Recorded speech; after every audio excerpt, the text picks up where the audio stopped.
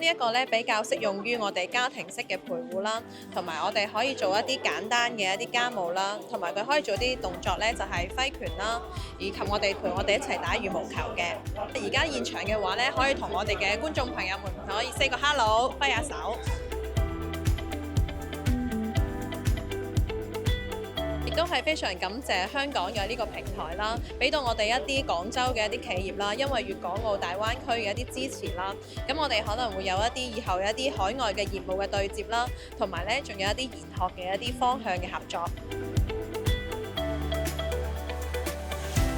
穗港科技和產業融合創新中心正式成立，重點聚焦生命健康、人工智能與機器人、微電子、新能源4大領域。構建技術研發、成果轉化、產業落地、全鏈條服務體系。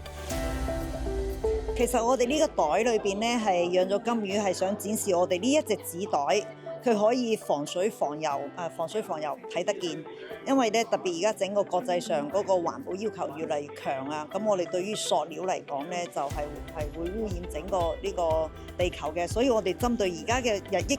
變化同埋要求嘅環保嘅一個需求啦，咁我哋咧就係研發咗呢一隻紙袋，佢係唔含塑料嘅，而且咧有一個保溫嘅作用，而且係超承重能力同埋耐刺穿。我哋又都同香港環保署有溝通過，其實呢2年香港對於嗰個整體個塑料啊，同埋哪怕打包啊，佢要求嘅嗰啲越對嗰個減碳啊，同埋嗰個環保要求越嚟越高嘅，都係希望唔含塑料嘅產品。其實咧，我哋就希望將更好嘅嘢推向反過呢個香港嘅人民使用咯。目前有多間穗港企業已經落戶進駐，